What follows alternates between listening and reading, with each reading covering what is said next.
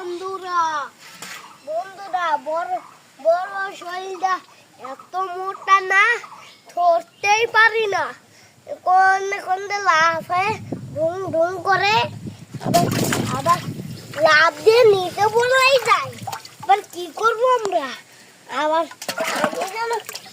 পড়ে যায় একলা একলা মুখি দে পাই না কিছু কইলা কইলে তো আমার মনি পাখি। এটা আমার সোনি পাখি। সোনি পাখিটা কত কিউট দেখেন বন্ধুরা, কত কিউট কিউট থইলে মনে হয় কিউট, থইলে কিউট উপরে উঠে আসিও। এই দেখেন রস পাই যায় না এই না ভিজে সুমান এই দেখেন আমার শোনো